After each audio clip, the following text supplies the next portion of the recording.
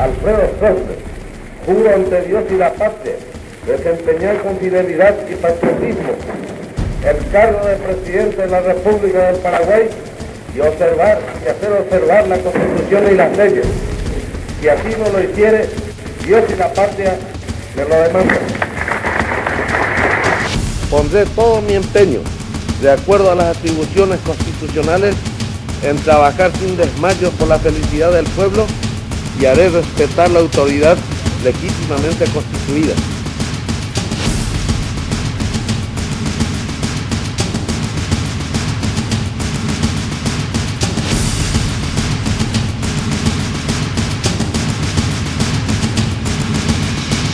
Hemos de brindar días de paz y de libertad a todos los habitantes para labrar el progreso del Paraguay.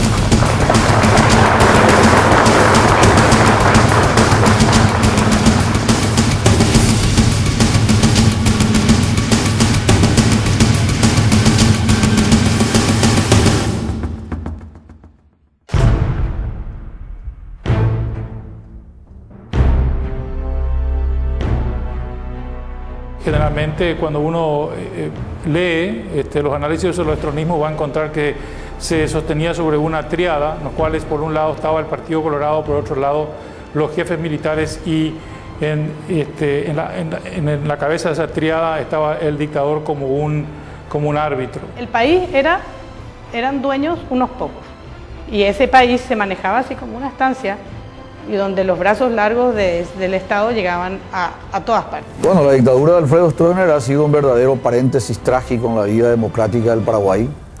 Ha gobernado en base al amedrentamiento, al miedo, al castigo, a la tortura.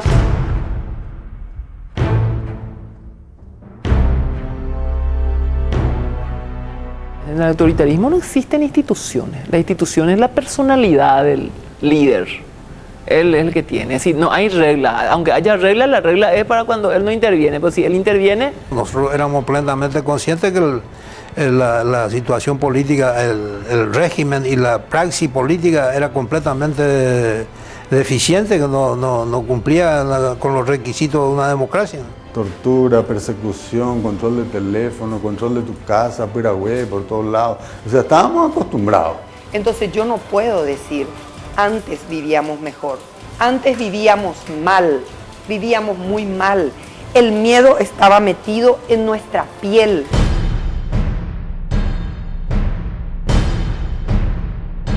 La dictadura no solamente existió como una expresión represiva en materia política, sino que como una expresión de exclusión y marginamiento en la parte cultural. Fundamentalmente, derechos humanos básicos como el derecho a la vida, el derecho a la libertad de expresión, el derecho a la libertad de reunión, a la libertad de comunicación, esos derechos eran fundamentalmente, pero violados sistemáticamente. ¿Cuánta gente desapareció? ¿Cuánta gente fue torturada? 2 torturados por día. 2 torturados por día durante 35 años. Todos los días. Veo que tienen un palo especial para pegar con mucha fuerza. Consiguen soga, me ponen la mano así, el pie también así, para poder levantarme con bastante facilidad, todo atado. Y me tiran al piso que ya estaba mojado y ahí con los pies levantados, las plantas de los pies, ahí empiezan a pegarte con una precisión impresionante. Yo estaba primero desnudo, parado así, y atado acá, y atado ahí abajo. Luego me echaban ahí, alguien quedaba atajando mis pies acá, otros 2 me iban hundiendo hacia atrás, y después alguien venía y se subía a horcajadas sobre mí de nuevo. Y por supuesto mis esfuerzos desesperados por salir de esa situación era una cosa que era nada más un griterío posiblemente luego, ¿no? O sea que eso era, probablemente se utilizaba la noche y además mucha radio, mucha música o cosas así prendidas estridentemente para esconder eso, ¿no?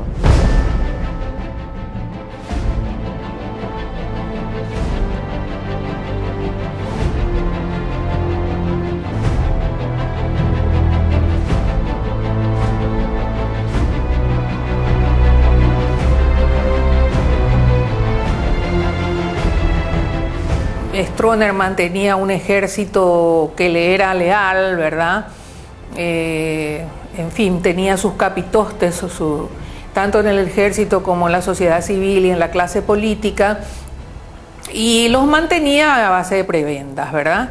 Era un régimen de privilegio para los incondicionales, para los que adherían al sistema.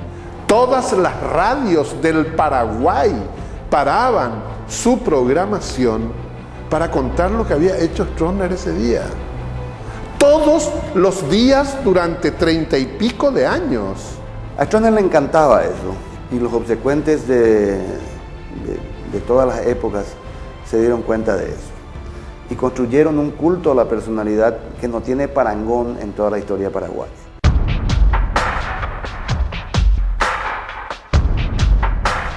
Bueno, un autócrata, un nazi, fascista, que lo que deseaba era tener bajo dominio y con una sola, digamos, con una hegemonía de ideas de ese carácter nazi-fascista a toda la población, ¿no? La mayoría de los soldados que estaban como escolta, 12 soldados, con metralletas siempre, y cuando se van detrás del presidente, van rápido, y siempre hubo accidente.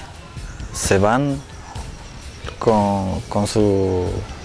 la chica, con su novio por ahí, le sacan mal la trompetilla, y al sacar, le chocan por esta parte y cayó muerta, ¿no? Entonces, siempre por accidente. Eso también nunca yo escucho, no se habla nada de eso. Eso por travesura, porque no le interesa a los soldados, no, nada. Está preparado y para ellos es un juego también eso.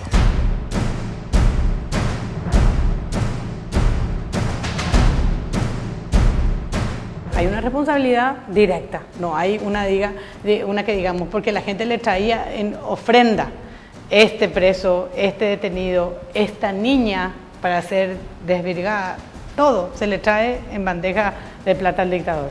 El dictador hacía lo que quería, no había ningún límite para él, ningún límite posible era diseñado para él. Pero en aquella época nadie estaba seguro de su libertad, nadie podía decir: yo soy libre y si me toman preso, yo planteo un recurso de amparo o un habeas corpus y el juez ordena mi libertad. Podía estar 20, 25 años por orden superior. ¿Cómo salía libertad? También por orden superior. Era la voluntad omnímoda del presidente de la República. Sabíamos de cosas peores, o sea, la gente que nos contaba que había estado, Ananías Maidana estuvo 24 años.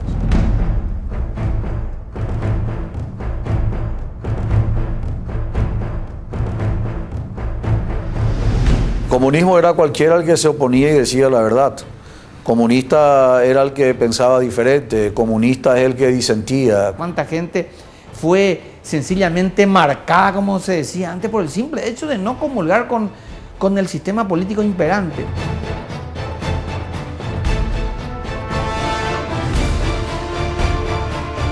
Ellos dicen que es guerrillero, pero no es guerrillero, no.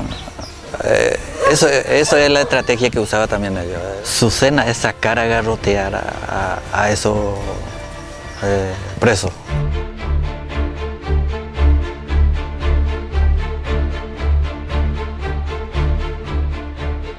Era la época de los presidentes excepcional.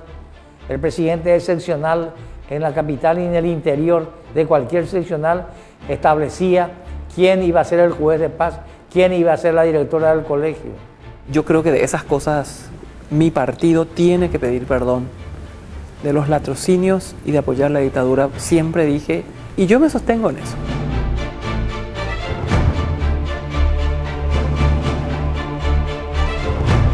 Se fue creando a lo largo del estronismo una burguesía fraudulenta, una clase muy rica, beneficiada siempre del poder político y de los negocios del Estado, que la pasó muy bien.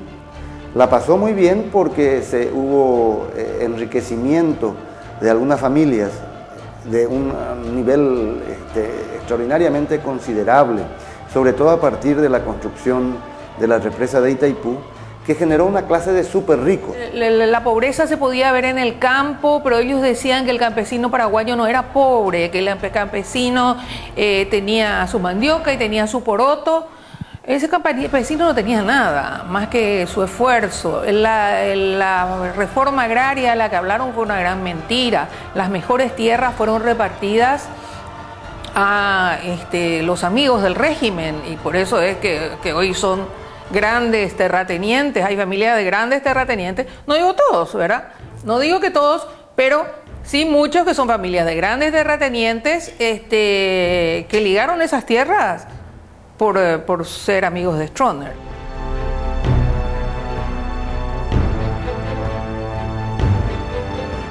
El 23 de diciembre ya llega un emisario y por orden del presidente Rodríguez que tenía que acabar. Me llama el presidente de la corte en ese momento, el doctor Correa, y me dice: mi hijo, yo tengo que decirte que me llamó el presidente de la República y me dijo que termines con esto, que no se le dé más ninguna información a nadie, que esos documentos queden llaveados y vamos a ver qué hacemos con eso.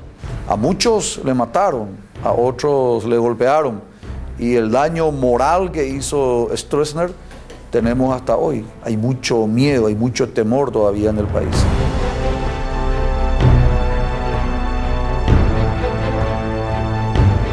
Significó todos esos años de ignominia mientras existió y un legado tremendo de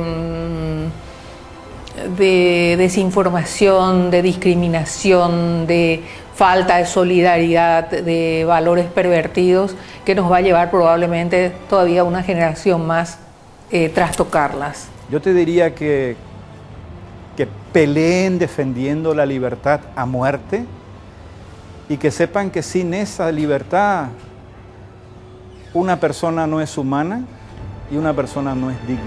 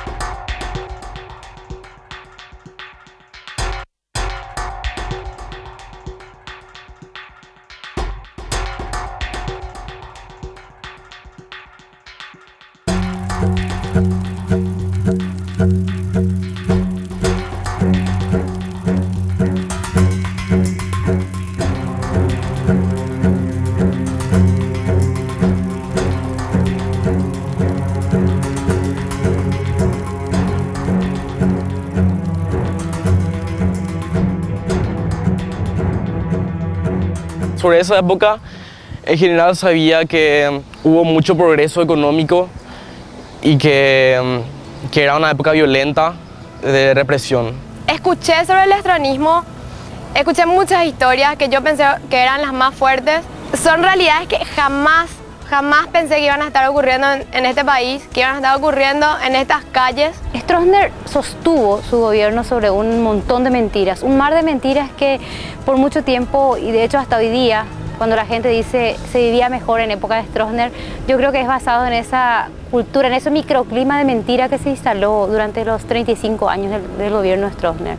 Bueno, en realidad en el colegio se hablaba de Stroessner, nos pasaban así 3, 4 cosas, como por ejemplo las obras que construyó Stroessner, que se firmó el Tratado de Itaipú, ¡pam!, ya pasábamos a la caída de la dictadura. O sea que pareciera lo que a propósito se habla muy poco de Stroessner y eso hace que la gente y los jóvenes sepamos nada.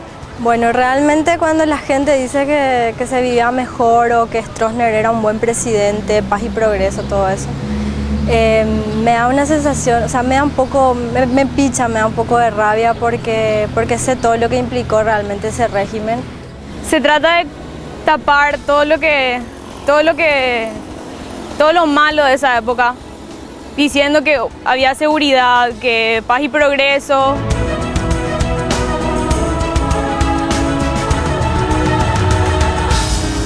¿Qué había? ¿Hasta dónde era verdad que había paz y que había progreso? Si para mucha gente por leer un libro ya le apresaban por orden superior, ni siquiera da una explicación real. El primer museo virtual sobre el estronismo tiene nombre, MEVES. Es la síntesis del informe oficial acerca de los horrores y la verdad de la dictadura. La Comisión Verdad y Justicia, promovida desde la sociedad civil, se animó a transitar por los pasillos del dolor y abrir las cerraduras del silencio con más de 2.000 testimonios de perseguidos y torturados por el régimen totalitario. MEVES revela las raíces de los miedos y fantasmas que conviven con los paraguayos hasta hoy. Esta iniciativa busca difundir y recrear las conclusiones del informe de la Comisión Verdad y Justicia, a través de una plataforma en Internet que facilite el conocimiento sobre las violaciones a los derechos humanos cometidos durante 35 años por la dictadura stronista.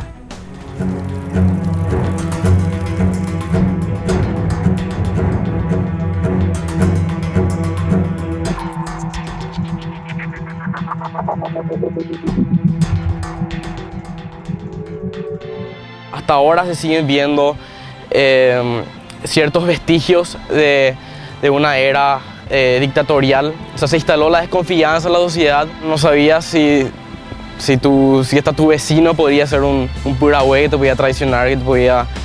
O sea, no podías hablar, no podías decir libremente lo que pensabas.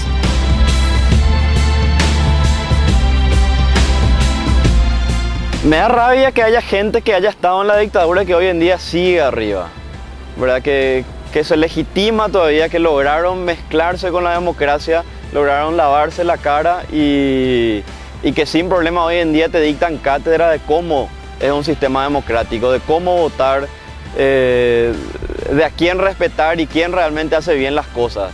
Claro, existen muchas actitudes que siguen vigentes dentro de todas las instituciones públicas, ¿verdad?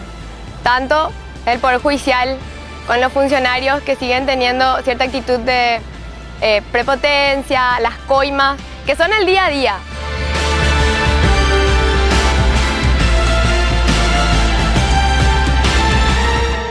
Tratar de evitar eso, porque yo le quiero a mi país y yo le voy a decir, o sea, tratar de ver la forma de decirle no, la coima no te voy a pagar, si tengo que esperar voy a esperar o lo que sea, ver cómo luchar contra todo eso desde abajo.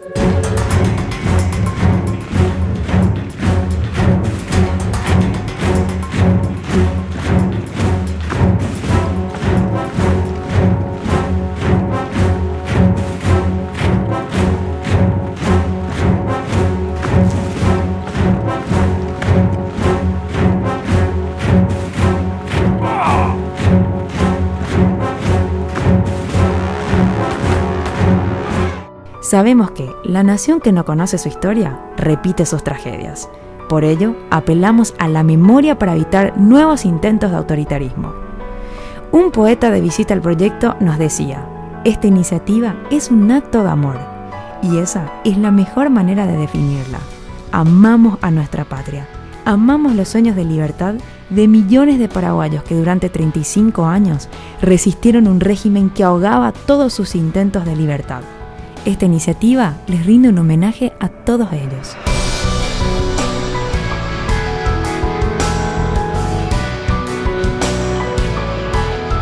partir de la gente con quien pude compartir, que me contó su historia de represión, yo dije, no puedo creer que la gente haya pasado por la pileta, yo no puedo creer que le hayan hecho pasar tanto dolor, o sea, torturas así, visibles y no visibles.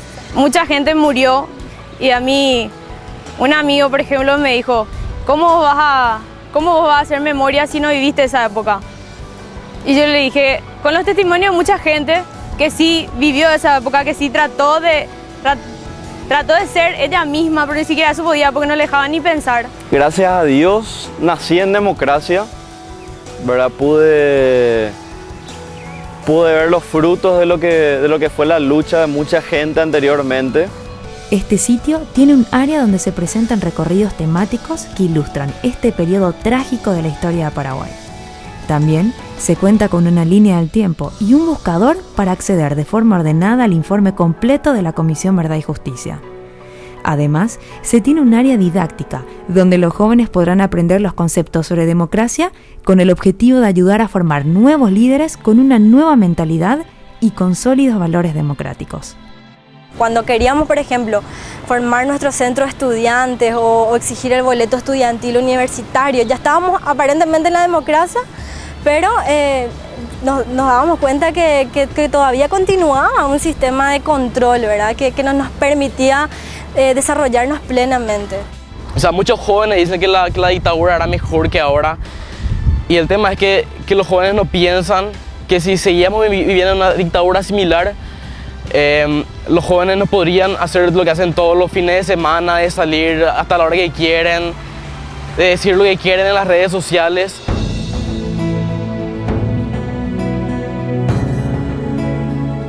Que tenemos que saber muy bien y conocer que lo que hoy en día tenemos no lo teníamos antes. O sea, de lo que hoy en día disfrutamos, nuestros padres, nuestros abuelos no lo vivieron, no pudieron tenerlo, no pudieron disfrutar. Y lo hablo en todo sentido, en todos los ámbitos, lo hablo en lo político, en el sentido de expresarse, de opinar libremente sobre las acciones políticas, sobre las políticas públicas.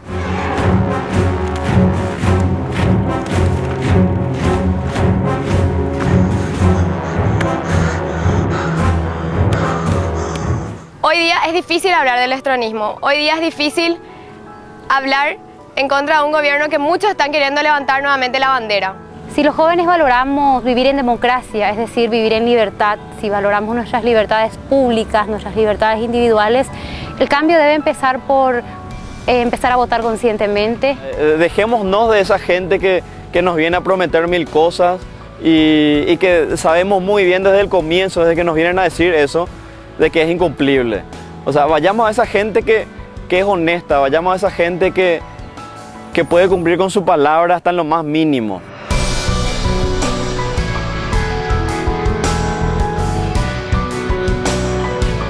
Si hablamos de desarrollo, si realmente queremos, nosotros como jóvenes, desde cualquier edad, desde donde sea, una persona puede crecer por sí misma, estudiando, no solo lo que le dan en el colegio, sino leyendo, buscando información. Es hora de valorar nuestras libertades y empezar a construir un país mejor, en base a la honestidad, en base a la libertad, en base al respeto irrestricto a los derechos humanos, el respeto a la dignidad de las personas y el respeto a las diferencias políticas en un país democrático. ¿Quiénes nos vamos a quedar en este país a hacer esos cambios? Los patriotas. Eso es ser heroico y quedarse en el país y decir, yo voy a contribuir para construir esta democracia. Hemos salido a los derechos humanos. Esperamos que este nuevo sitio sirva para la reconciliación con la verdad, con la justicia y que promueva una convivencia pacífica entre los paraguayos, para que se genere un compromiso de respeto irrestricto a los derechos humanos que son el fundamento de una democracia real. Consideramos que las nuevas generaciones de jóvenes pueden reparar ese pasado nefasto cuyas secuelas aún nos limitan en el presente. Por ello, si antes nuestros compatriotas dieron la vida por la libertad, hoy debemos darla por la democracia real. Este es nuestro desafío y compromiso. Acompáñanos.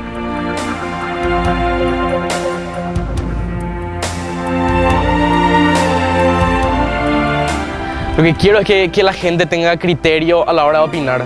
La historia es clave, ¿verdad? Y nosotros tenemos que recordar eso que pasó, porque, sobre todo porque hubo héroes y heroínas que lucharon por una libertad, porque nosotros hoy podamos salir sin problema, que podamos organizarnos en una asociación, en un comité. O sea, hubo personas que lucharon por eso, ¿verdad? En la clandestinidad o públicamente. Y creo que tenemos que recordarles a ellos, tenemos que recordar todo el terror que se vivió en Paraguay para que nunca más vuelva a ocurrir. La lluvia y el viento me llaman a mí, la noche y la luna me quieren. Varios valores pondría yo ya en lo alto en una democracia paraguaya. El valor de la honestidad y que se valore eso, de que la gente sepa que el que es honesto es alguien que realmente está avanzando, que está haciendo bien las cosas. La música, el trigo, la paz, los niños, el cielo más claro y azul. Esta es la patria en que quiero vivir. Desperta, mi hermano, va a llegar la aurora, porque tus cosas viven junto a mí. Es largo el camino, pero andando juntos verás, compañero, que todo es mejor. La estrella en el pecho, en la boca una flor, la música, el trigo, la paz, los niños, el cielo más claro.